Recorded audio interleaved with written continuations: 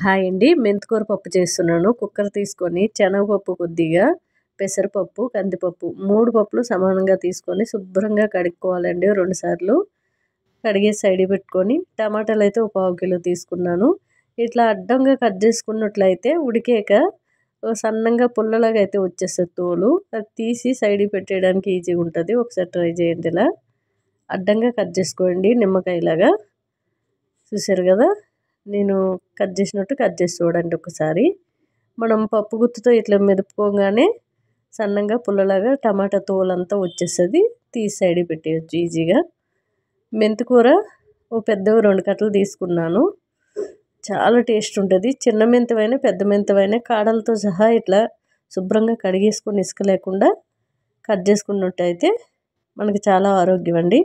చాలామంది ఒట్టి ఆకులే తీస్తారు. దానికంటే కూడా కాడలతో పాటు కట్ చేసి చూడండి. ఒక ఆనియన్ వేసుకున్నాను.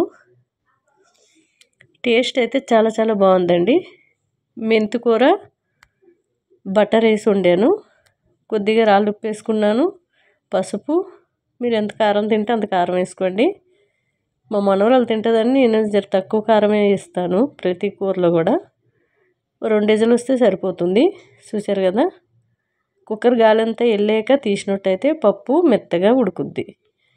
పోపుకైతే కళాయి పెట్టుకొని ఆయిల్ వేసుకొని కాసని మెంతులు, ఆవాలు, జీలకర్ర, కొద్దిగా వాము, ఎండుమిర్చి, ఎల్లుల్లి రెబ్బలు, కొద్దిగా కరివేపాకు, ఇంగ వేసుకుంటే సరిపోతుంది. చాలా టేస్ట్ ఉంటుందండి. ఒకసారి ట్రై చేయండి. చేదు గట్ట ఏముండదండి. మరీ చేదు ఏముండదు. చక్కగా పుల్లగా టేస్ట్గా చాలా బాగుంది. లాస్ట్లో బటర్ వేసుకొని కొత్తిమీర వేసుకోండి. అదిరిపోయిందండి టేస్ట్గా. బాయ్.